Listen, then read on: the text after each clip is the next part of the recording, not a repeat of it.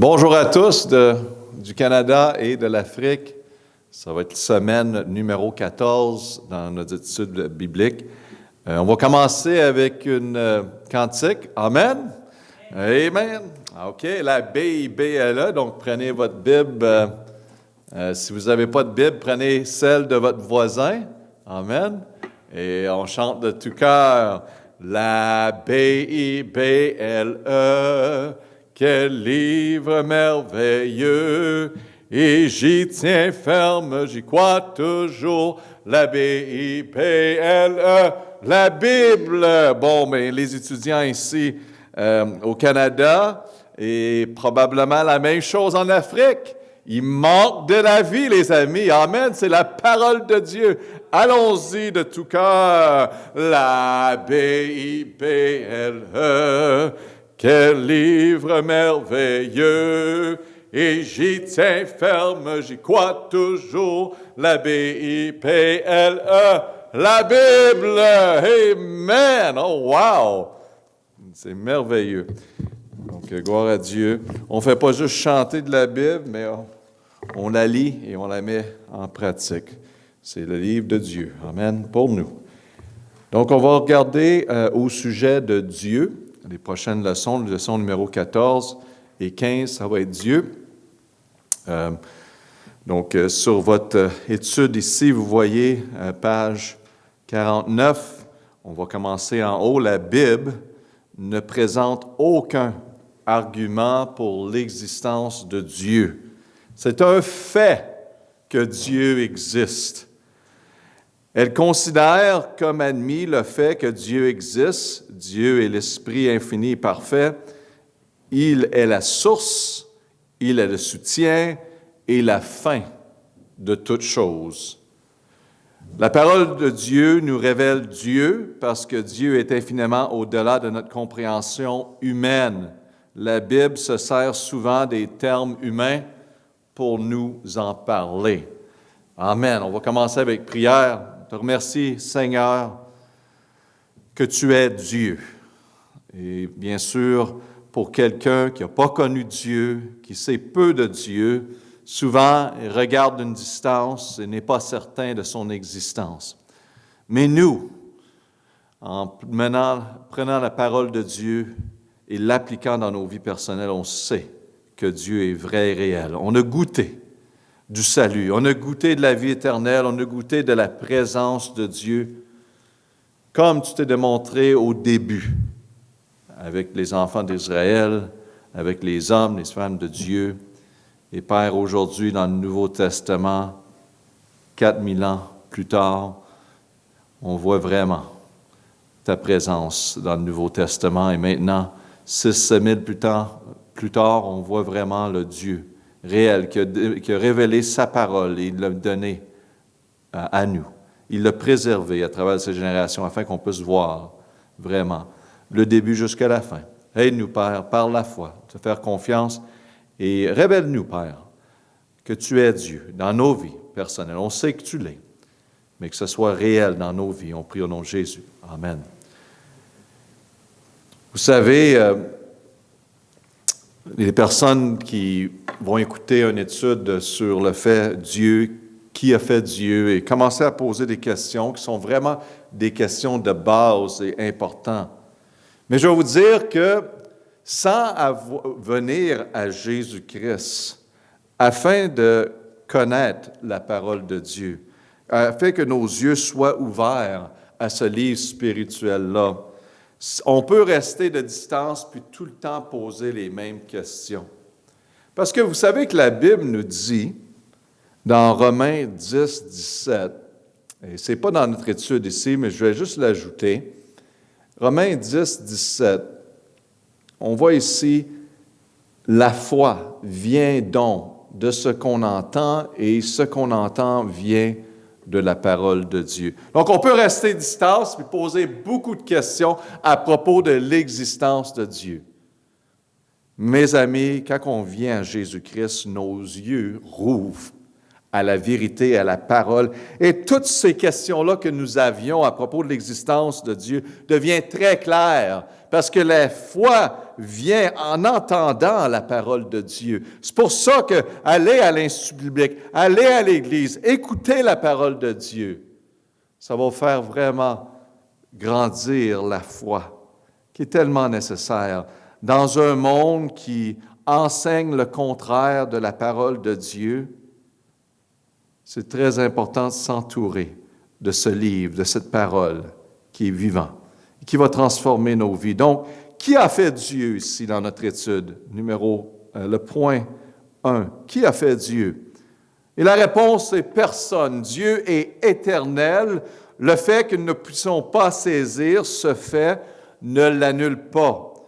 Bien sûr, nous pouvons ne pas comprendre comment l'électricité peut allumer une ampoule, mais pourquoi rester assis dans les ténèbres jusqu'à nous l'ayons compris? C'est sûr qu'on ne comprend pas tout. Mais on y va par la foi, on va sur le mur, puis on rouvre la switch, et la lumière s'allume. La Bible nous dit en Hébreux 11:6, « Or, il est impossible de lui être agréable sans la foi. » Voyez-vous, encore une fois, on peut poser toutes sortes de questions à propos de l'existence de Dieu.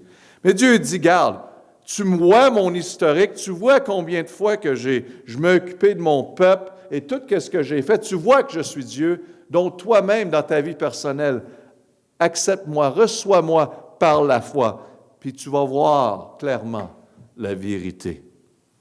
Car il faut que celui qui s'approche à Dieu croit que Dieu est et qu'il est le rémunérateur de ceux qui le cherchent. C'est un livre qu'on croit par la foi. Et cette foi-là devient évidente et réelle.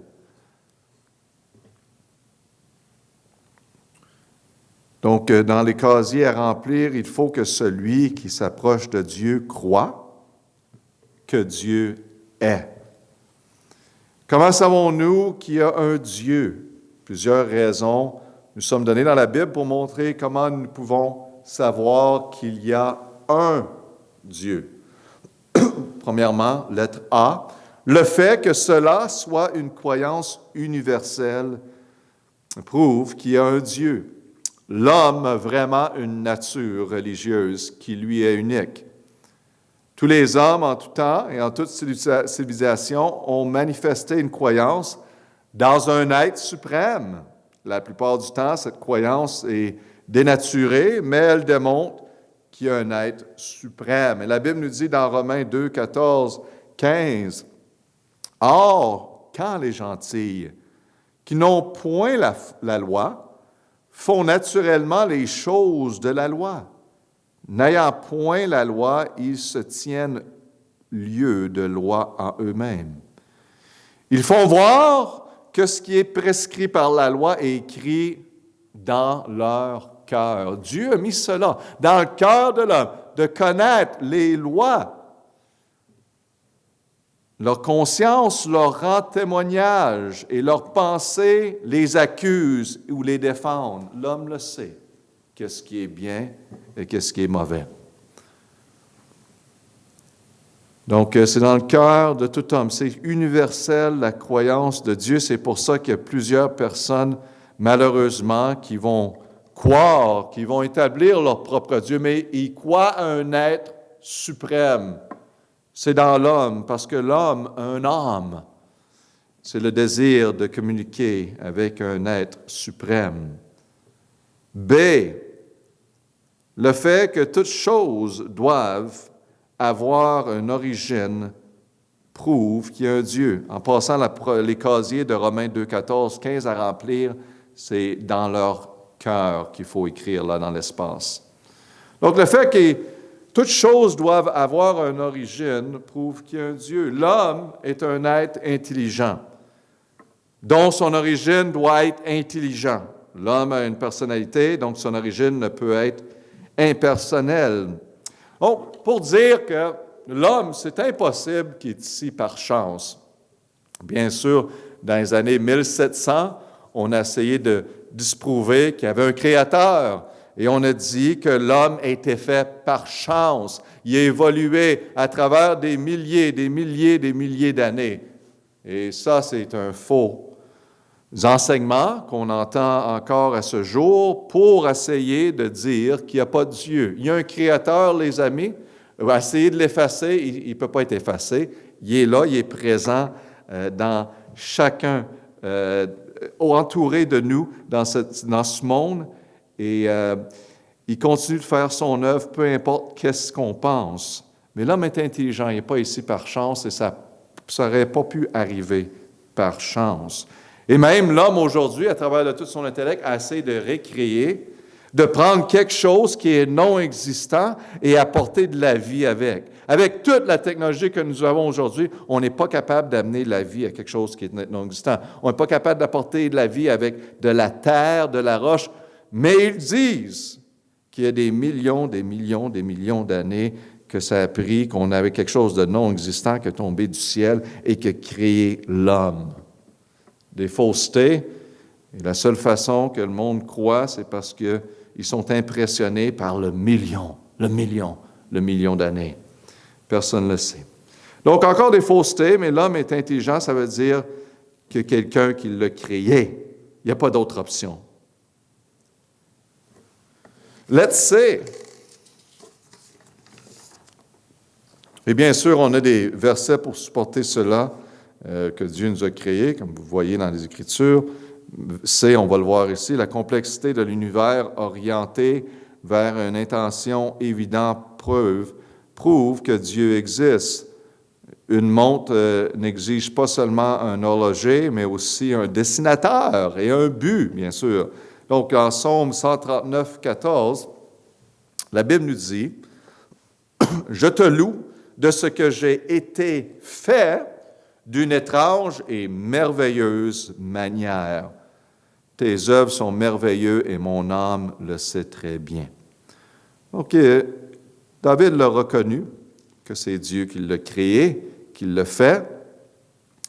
Dans Psaume 139, 14, ça nous dit ici la question « Comment le corps humain prouve-t-il qu'il y a un Dieu? » Bon, le corps humain, la réponse a été faite d'une étrange et merveilleuse manière. Il y avait un créateur qui a créé ce corps. Tout le monde le reconnaît. À travers 7000 ans, on le reconnaît à travers des Écritures et tout le monde le reconnaît. Sauf aujourd'hui, ces derniers siècles, on pense qu'on est plus intelligent que Dieu et tous ceux avant nous. Donc, on essaie de créer des histoires, des folies pour éloigner le monde de Dieu. L'autre point, D, comment savons-nous qu'il y a un Dieu? L'ensemble de la création prouve qu'il y a un Dieu. Dans Psaume 19, 2, la Bible nous dit, les cieux racontent la gloire de Dieu. Si on regarde les cieux, on dit, wow, la merveille. La Bible dit clairement que c'est Dieu qui a mis toutes choses à sa place, qui a créé toutes choses. Les cieux rencontrent la gloire de Dieu et l'étendue fait connaître l'œuvre de ses mains. Donc, la réponse D, qu'est-ce que les cieux rencontrent? La gloire de Dieu, que c'est Dieu le Créateur. Et le monde dit, wow, incroyable qu'est-ce que Dieu a fait. Et ça l'est incroyable. Incroyable. Ça ne pourrait pas arriver par chance. La science a tout fait pour essayer de démontrer que c'est ici par chance. Il ne peut pas. Dieu a tout fait.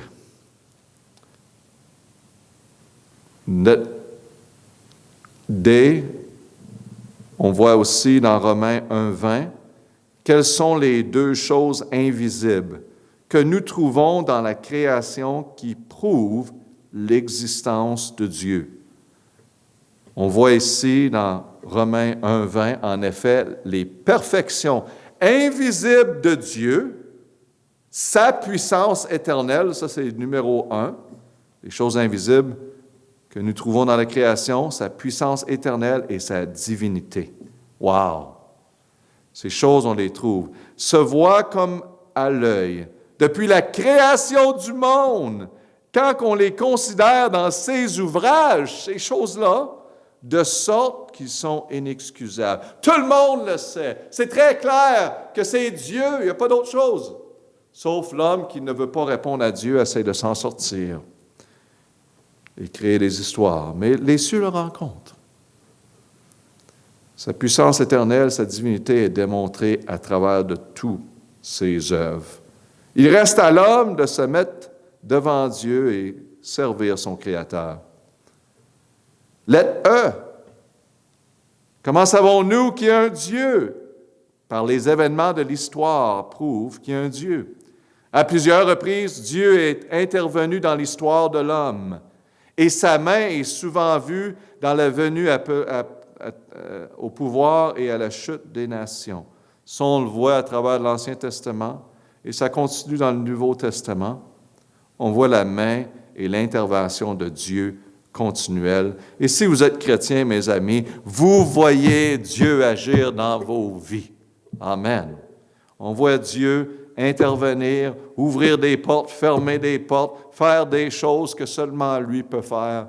Puis gloire à Dieu, c'est vrai. Il est bon. Quand on vit par la foi, il démontre sa puissance, sa façon qu'il s'occupe de nos besoins, jour après jour. Donc, on lui rend gloire. Psaume 75, 6 à 8, « Ne levez pas votre corne en haut. Ne raidissez pas le cou pour parler avec insolence. Car ce n'est pas de l'Orient, ni de l'Occident, ni du désert qui vint l'élévation. » Amen. Hein? Le monde regarde dans toutes ces choses pour l'élévation, pour dire « Wow! » Pas du tout. Car c'est Dieu qui juge, verset 8. Il abaisse l'un et l'autre. Donc, vous êtes mieux d'être du bon côté, mes amis, je vais vous le dire tout de suite. Puis si vous ne l'êtes pas, vous êtes en train de jouer à un jeu, courez vers Dieu tout de suite parce que c'est lui qui abaisse. Puis c'est lui qui élève. Donc, c'est lui qu'on doit craindre et servir. C'est Dieu le juge. C'est pas l'homme. Ne craignez pas lui. Ceux qui peuvent juste faire mal au corps, mais craignez lui qui peut détruire le corps et nous envoyer à l'enfer, la Bible dit. C'est incroyable. La puissance de Dieu. Craignez votre Créateur. Donc, on le voit à travers les événements de l'histoire. On voit aussi, à travers la Bible, qu'il y a vraiment un Dieu. Si Dieu existe, il est raisonnable de penser qu'il a voulu se révéler à l'humanité. Ceci, il l'a fait premièrement à travers de la création, mais en détail par sa parole. Dans Genèse 1:1, au commencement, Dieu créa le ciel et la terre. Donc, mes amis, au début, Dieu a établi qu'il est le Créateur, c'est ça qu'il devait établir au début, puis il l'a bien fait, n'est-ce pas? De sa parole, il voulait s'assurer que cette question-là était réglée, et l'homme se pense encore plus intelligent que Dieu. Est-ce que Dieu a vraiment dit? Est-ce que vous entendez quelqu'un à travers de ça? Est-ce que Dieu t'a vraiment dit de ne pas manger de cette arbre? On entend encore aujourd'hui le monde qui se doute. Quand Dieu établit. Savez-vous quoi? Dieu l'établit dans l'Ancien Testament. Et vous savez, dans le Nouveau Testament, Dieu a fait la même chose dans Jean 1:1, n'est-ce pas? Il dit, au commencement était la parole. La parole était avec Dieu. Et la parole était Dieu. Elle était au commencement avec Dieu. On parle de la parole Jésus-Christ, qui a toujours été là en passant, mes amis. Toutes choses ont été faites par elle, et rien ce qui a été fait n'a été fait sans elle. Il est le créateur de tout. Et il y a des versets bibliques, un après l'autre, qui dit la même chose, qui est le créateur. Donc, toute chose qu'on a aujourd'hui vient de lui.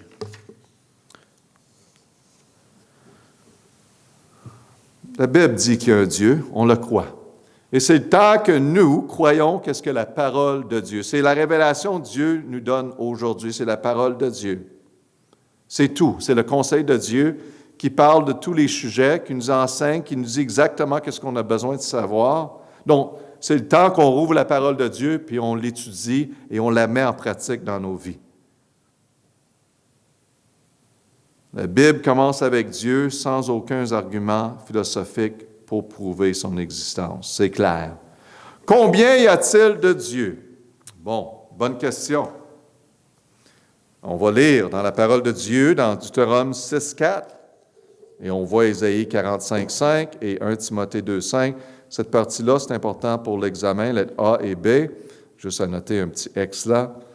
La Bible nous dit dans Deutéronome 6,4, écoute Israël, l'Éternel, notre Dieu, est le seul Éternel. Donc, si vous êtes à l'écoute, vous êtes à une autre religion, j'ai une nouvelle pour vous. Il y a un seul Dieu et c'est l'Éternel.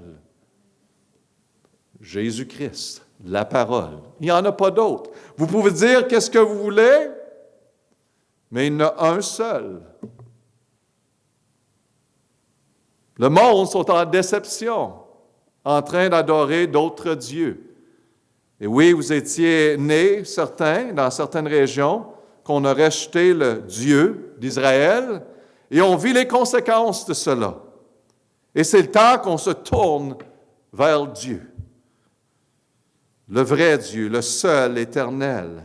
Et mettre de côté les différences et qu'est-ce qu'on était enseigné dans nos cultures à propos de certains, cela n'a pas à faire avec où qu'on vit, mais qu'est-ce qu'on fait avec Dieu. Parce qu'un jour, on va répondre à Dieu. Peu importe qu'est-ce qu'on a cru, peu importe qu'est-ce qu'on a été enseigné dans nos cultures, ça va être Dieu qu'on va répondre. Donc, on doit se donner à le seul Dieu, seul éternel. Moi-même aussi, j'ai cru dans le faux Dieu quand j'ai été élevé. C'était un autre Dieu. Et j'ai reçu Jésus-Christ comme sauveur à l'âge de 21 ans.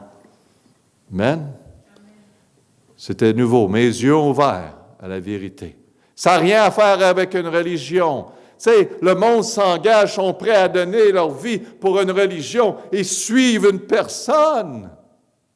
C'est à propos d'une relation avec un Dieu qui est personnel, qui est réel, qui est venu sur cette terre pour se donner pour vous, afin que vous ayez la vie éternelle. Donc, croyez en lui. C'est le seul moyen. Tenez-vous à lui. Un seul Dieu. Ésaïe 45,5. Je suis l'Éternel. Il n'y a point d'autre. Il n'y a point d'autre Dieu que moi. Je t'ai saint quand tu ne me connaisses pas. Il y a un seul Dieu. La Bible dit dans 1 Timothée 2,5, « Car il y a un seul Dieu, un seul médiateur entre Dieu et l'homme, Jésus-Christ, l'homme. » C'est tout. Puis je vais vous dire quelque chose. Quand j'ai lu « Écoute Israël, l'Éternel, notre Dieu seul », il y en a qui ont pensé que Dieu s'est limité à Israël. Pas du tout. C'est ouvert à tout le monde. Puis il y en a qui vont dire, « Ah, si c'est le Dieu d'Israël, je ne veux rien à faire avec lui. » Je vais vous dire quelque chose. Dieu il est venu à Israël. Il est venu vers eux, mais il y a plusieurs qui l'ont rejeté, les amis. Ça n'a pas rapport. Dieu est venu à les Grecs, il est venu à tout. Il reste à nous de lui faire confiance et de lui donner notre propre vie pour le servir. Il est le seul Dieu. Il est le seul Dieu. La Bible nous dit dans Matthieu 28, 19, « Allez donc et instruisez toutes les nations, les baptisant au nom du Père, du Fils et du Saint-Esprit. » Il n'y a qu'un seul Dieu, l'espace à remplir, lettre A, il n'y a qu'un seul Dieu. Matthieu 28, 19 nous démontre la Trinité, qu'il y a un Dieu, mais qu'il y a trois personnes. Verset 1 Jean 5, 7, la Bible nous dit, « car il y en a 3 qui rendent témoignage dans le ciel. Le Père, la Parole et le Saint-Esprit. Et ces 3-là sont un. On voit dans Jean qu'au commencement, la Parole était avec Dieu, l'Esprit était présent, toujours été. On voit le Père, le Fils et le Saint-Esprit, cela est les 3 espaces à remplir, Père, Fils et le Saint-Esprit. Ceci est connu comme la doctrine de la Trinité. Il y a un Dieu, 3 personnes, quoique nous ne puissions pas le comprendre, ce n'est pas évident. Nous pouvons en quelque sorte l'expliquer en prenant une illustration d'un verre d'eau glacée, comme vous voyez sur votre page. L'eau est dans 3 éléments. On voit la forme de l'eau en liquide. Et bien sûr, quand elle est froide, l'eau, ça devient de la glace. Et par la suite, c'est de la vapeur. Comme on le constater, il n'y a qu'un élément, H2O, existant en 3 phases distinctes. Chaque phase peut exister séparément ou avec un autre, ou toutes peuvent exister ensemble. Toute la même chose dans différentes formes. Donc, qu'est-ce que Dieu? Qu'est-ce que Dieu? Il y a 4 déclarations dans la Bible nous disant qui Dieu est. Dans Jean 4, 24, la Bible nous dit « Dieu est esprit ». Et il faut que ceux qui l'adorent en esprit et en vérité. En passant, l'adoration de Dieu en esprit, c'est bien. Mais l'esprit est la vérité. Qu'est-ce qu'on fait? Suis la parole de Dieu. C'est très important. J'adore Dieu de ma façon. Non, on adore Dieu basé sur la vérité. C'est pour ça qu'on a toutes sortes de choses qui se passent dans les églises aujourd'hui. On se trouve à l'esprit, à tout ce qu'on dit que l'esprit nous dit. Non, l'esprit doit se soumettre à la vérité et la parole de Dieu. Ils sont tous ensemble, ils ne sont pas séparés. Dans 1 Jean 4, 8, « Celui qui m'aime point n'a point connu Dieu, car Dieu est amour. » Donc, la première espace, Dieu est esprit. Deuxième espace, Dieu est amour. C'est la compassion divine. Et souvent, il y en a qui vont dire, si Dieu est amour, pourquoi il a permis ceci? Mes amis, l'homme est méchant. Parlons de ça au lieu. Amen. Dieu est amour. On n'a pas besoin vraiment, c'est déjà écrit, d'en parler plus. Mais parlons de le fait que l'homme est méchant. L'homme s'est éloigné de Dieu. L'homme ne veut rien faire avec Dieu. Et Dieu, tout ce qu'il fait à travers de ce monde, c'est d'essayer d'aller chercher l'attention de l'homme. Et l'homme continue de se séparer de Dieu, de vivre indépendant de lui. Un Dieu motivé par l'amour va tout faire pour attirer l'attention des autres. Et oui, c'est difficile parfois, des fois on ne comprend pas, mais sachez que Dieu est amour, il l'a déclaré à travers de sa parole. Dans 1 Jean 1, 5, la Bible nous dit, le message que nous avons reçu de lui et que vous nous annonçons, c'est que Dieu est lumière. Et qu'en lui, il n'y a point de ténèbres. Donc, Dieu est lumière. Amen. On aime la lumière, on aime la vérité et on se tient proche de lui, sa parole, et on va vivre dans la lumière au lieu de vivre dans les ténèbres. Vous pouvez avoir toutes les richesses du monde, mes amis. Tout dans la vie peut être disposé à vos pieds et vivre dans les ténèbres, perdu, condamné à la mort. Un jour à l'enfer, ça c'est terrible, c'est horrible. Avoir peu avec Christ, c'est beaucoup mieux d'avoir beaucoup sans Christ. Donc, let day, Dieu est un feu dévorant. Hébreux 12, 29, car notre Dieu est aussi un feu dévorant. La justice divine, ça c'est notre Dieu. Et on le va voir de plus en plus à son retour, un jour, qui va venir comme juge. Mais on ne joue pas avec Dieu. On ne joue pas avec lui. On le sert, on l'adore. Lettre E. Qu'est-ce que Dieu? La Bible nous enseigne également que Dieu est une personne. Il y a les sentiments qu'une personne va avoir. Dans Jean 3,16, on voit ici, car Dieu a tant aimé. Donc, Dieu aime. Proverbe 6,16, numéro 2, on voit que Dieu haït. Haït. Il y a 6 choses que Dieu haït, mais 7 que lui a. Il parle des 7 choses qu'il haït. Des choses qui sont mauvaises. Dans Genèse 6,6, on voit encore qu'il est une personne. Dieu est affligé. Affligé. Et l'Éternel se repentit d'avoir fait l'homme sur la terre. Wow! Quand l'homme se détournait de lui, puis s'en allait de sa propre direction, qui ne voulait rien faire, il établissait leur propre Dieu. Il n'y avait pas autant de personnes dans le temps, imaginez-vous. Vous êtes Dieu le Créateur, vous avez tout donné, vous avez révélé, puis le monde te rejette. Wow! Imaginez-vous, il y avait toute la vérité, il était la vérité, et le monde l'a rejeté. Quelqu'un dit, « Ah, pasteur, si je verrais Dieu, si Dieu se montrait et il dirait qu'il est Dieu, je le croirais, puis je le servirais. » Non, car c'est par la foi, les amis. C'est par la foi. Et eux, ils l'ont vu, puis ils l'ont rejeté.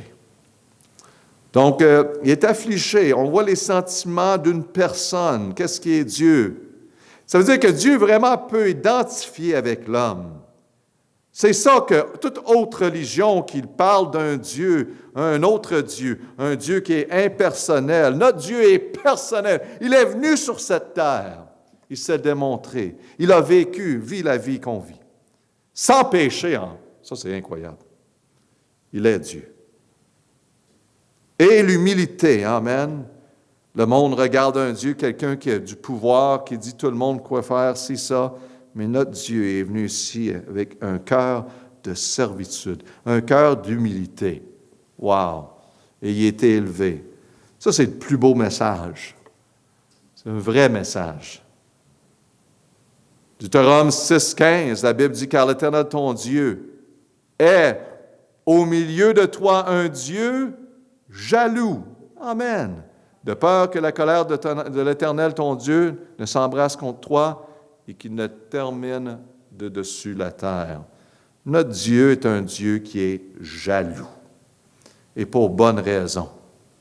Et quand on parle de jalousie, on ne parle pas de notre sorte de jalousie, mais le fait qu'il est le Créateur et il désire sa création, servir.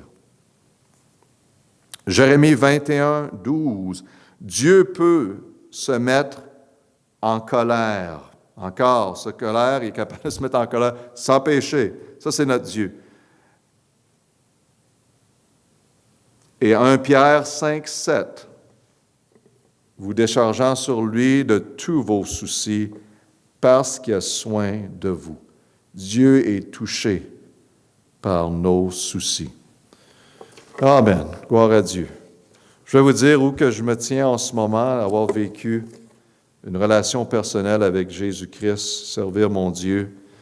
On n'est pas parfait, bien sûr, mais c'est merveilleux de prendre Dieu à sa parole, la mettre en pratique, puis voir notre foi devenir réelle, que c'est vraiment la vérité. Donc, je vous encourage tous, de distance, vous questionnez qui est ce Dieu, donnez-vous à lui, par la foi, et vous allez voir Dieu vraiment vous diriger, et vraiment, votre foi va grandir en entendant la parole. Et c'est pour ça, entourez-vous. Amen. Entourez-vous de la parole de Dieu. Prenez avantage de ce privilège que vous avez. Puis c'est vrai, c'est un privilège que vous avez d'avoir un endroit qui prêche la parole de Dieu. Moi, je le reconnais, pas parce que c'est moi, mais moi, j'ai eu cette même opportunité-là aussi dans des églises quand j'étais aux États-Unis. Et j'en ai profité. Et donc, je suis ici parce qu'il y a des personnes qui ont investi dans ma vie. qui m'ont montré la parole de Dieu, qui m'ont dit, garde, continue Alain, suis l'Éternel. Et je vous encourage encore de continuer à suivre l'Éternel. Père éternel, merci 1000 fois et 10 000 fois pour ta parole, qui nous encourage, qui nous aide, qui nous donne une direction qui est claire dans un monde qui est en confusion, plein de religions, tout le monde fait toutes sortes de choses au contraire de Dieu, font toutes sortes d'actions qui sont vraiment pas nécessaires. Dieu, tu ne nous demandes pas de détruire notre corps et faire toutes sortes de folies afin d'aller chercher ton attention, mais simplement t'adorer et te suivre et te servir. Utilise nos vies, Père, pour être un témoignage, partager ta parole. On prie au nom de Jésus. Amen. Amen.